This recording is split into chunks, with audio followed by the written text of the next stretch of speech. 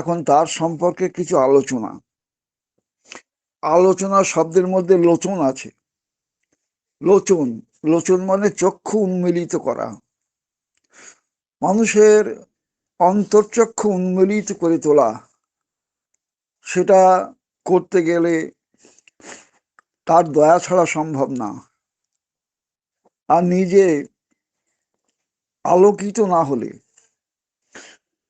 সেই আলোর কথা তুলে ধরাও যায় না। নিজে ঠিক হওয়া, সঠিক হওয়া। বিবেকানন্দ বলেছিলেন, আমি তার জন্ম জন্মান্তের দাস।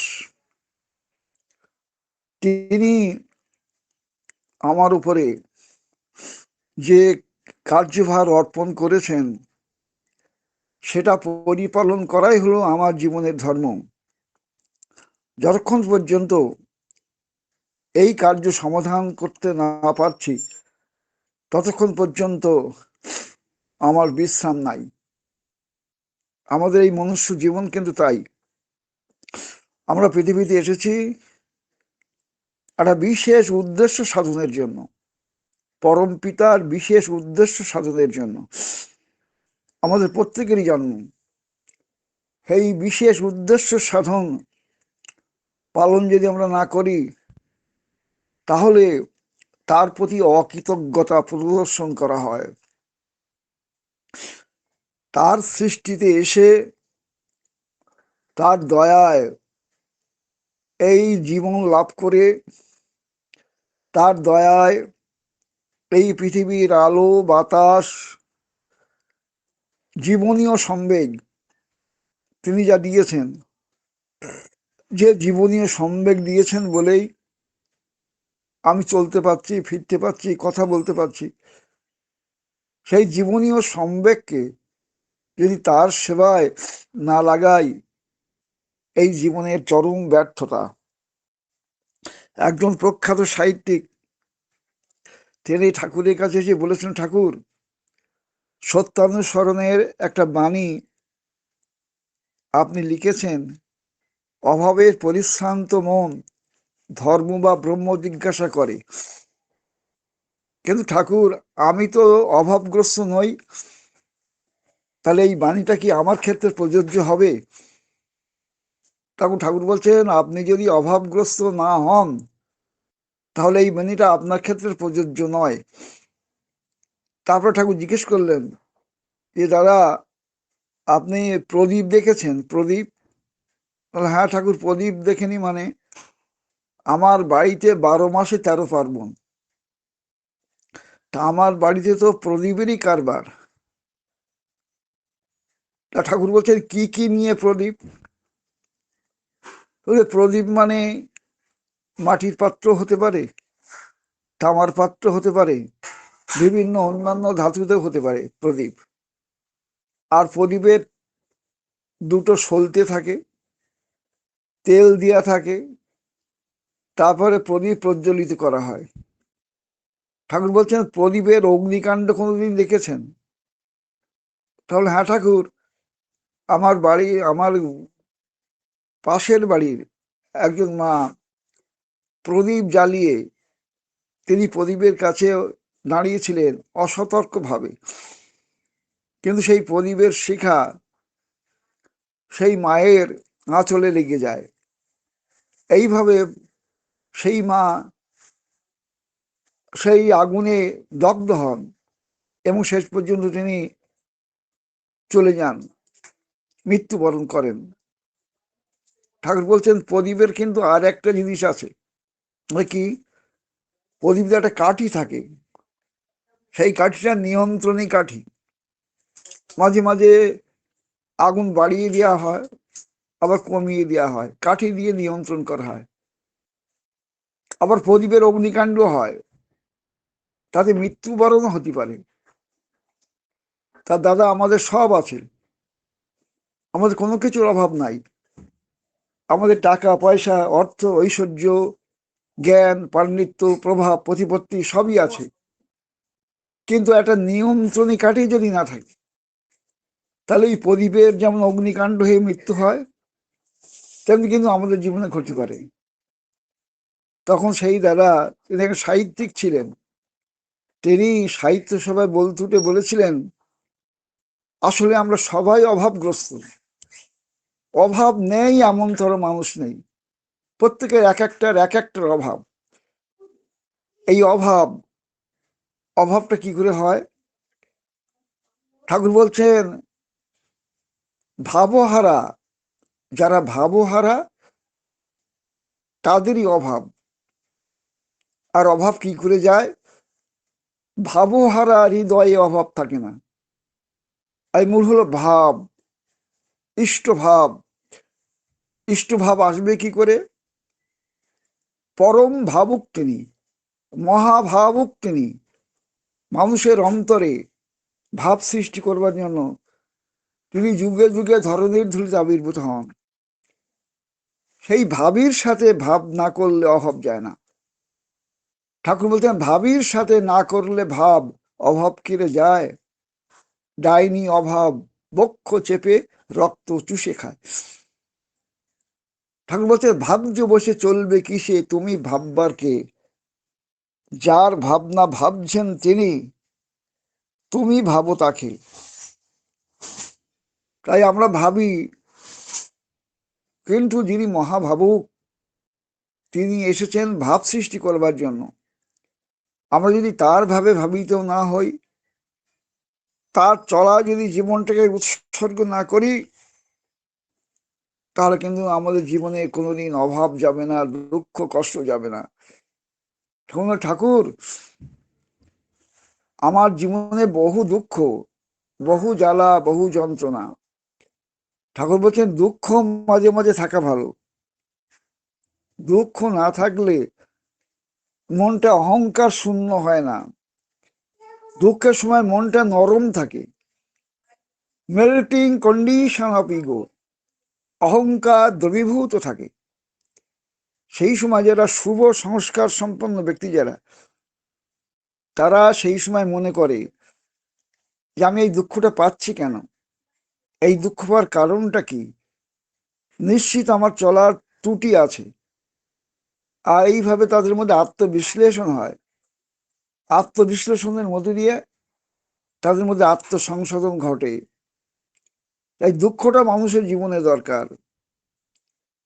ঠাকুর বলছেন, if winter comes can spring be far behind.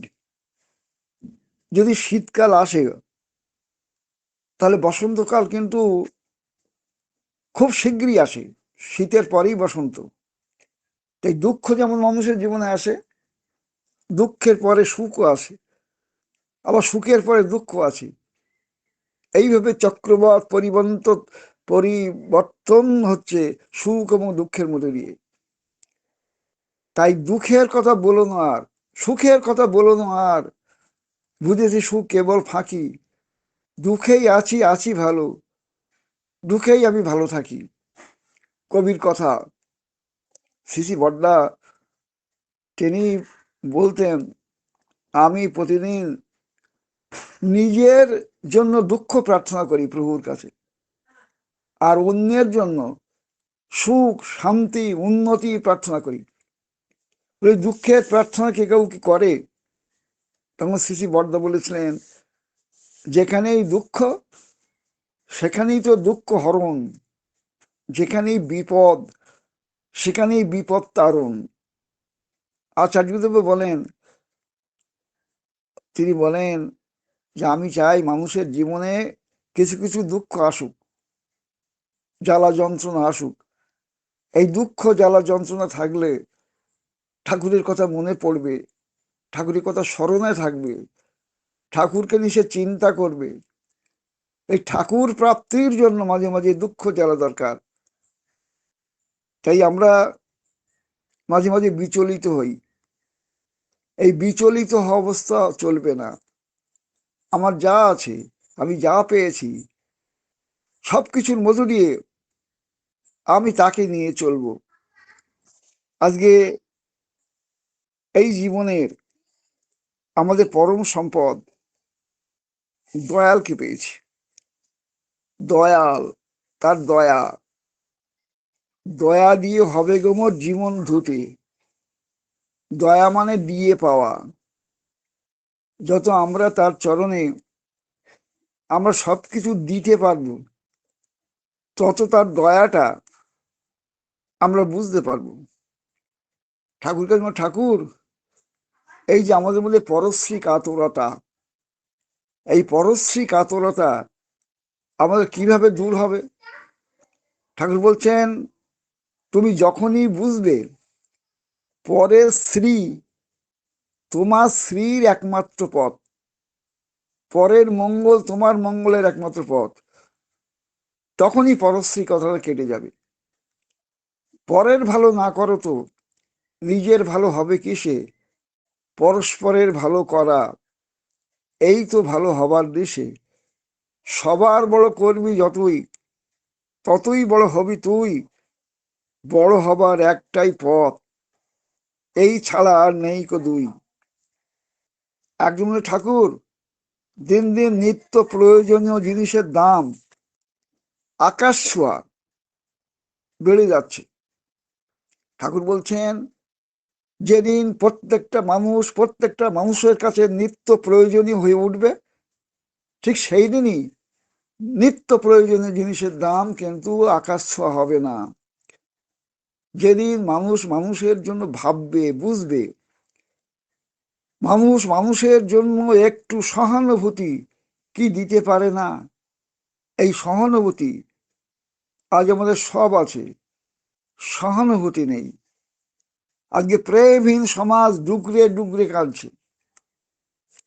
বাঁচিতে চাই না আমি প্রেমহীন হাজার বছর, প্রেমহীন হাজার বছর আমরা কেউ বাঁচতে চাই না। আজকে ঠাকুরকে ধরে আজকে সমাজের মুখে কি হচ্ছে? একদিকে ধ্বংসের দুন্দুভি বাজে, অন্যদিকে সৃষ্টির শঙ্খ নিনাদ। একদিকে হিংসার দাবানল বাজে, অন্যদিকে গড়িছে প্রেমের প্রসাদ। একদিকে ধ্বংসের দুন্দুভি বেজে উঠেছে, আর আর দিক থেকে সৃষ্টির শঙ্খ নিনাদ পরমদাস ঠাকুর মুকুলচন্দ্র নিয়ে এসেছেন। একদিকে হিংসার দাবানল, অন্যদিকে প্রেমের প্রসাদ গড়ে উঠছে। নদীর একুল ভাঙে, অকুল গড়ে, এই তো নদীর খেলা। এক কুল ভাঙছে আর আরেক কুল কিন্তু গড়ে উঠছে। আমরা বিভিন্ন ভাবে মানুষের দোষারোপ করি, কিন্তু নিজের দিকে ফিরে তাকাই না। তেলের শিশি ভাঙলে পরে খুকুর পরে রাগ করো, তোমরা যেসব বুড়ো খোকা ভারত ভেঙে ভাগ করো তার বেলা। আমরা বুড়ো খোকার দল ভারত ভেঙে ভাগ করেছি, আর তেলের শিশি ভাঙলে খুকুর পরে রাগ করি। তাই আজ আমরা নিজেদের দিকে তাকাতে হবে। এই পৃথিবীর যা কিছু সৃষ্টি, যা কিছু দুর্ভোগ, সব কিন্তু আমরাই করেছি। আমাদের জিনিস সব হয়েছে, আমরা এনেছি দুঃখ, আমরা এনেছি জ্বালা, আমরা এনেছি সবকিছু। দেবতা ভুলিলে ধর্ম ভুলিলে দুঃখ আসিয়া ধরে। সময় বুঝিয়া সাধনার পথ ধরাইয়া তারে দিবে, বাকি যাহা কাজ আমি করিব মোর কাছে পাঠাইবে। শিবাজির বলেছিল রামদাস স্বামী, যে সময় যখন হবে সাধনার পথ ধরিয়ে দিবে, আর বাকি কাজটা আমার কাছে পাঠাবে।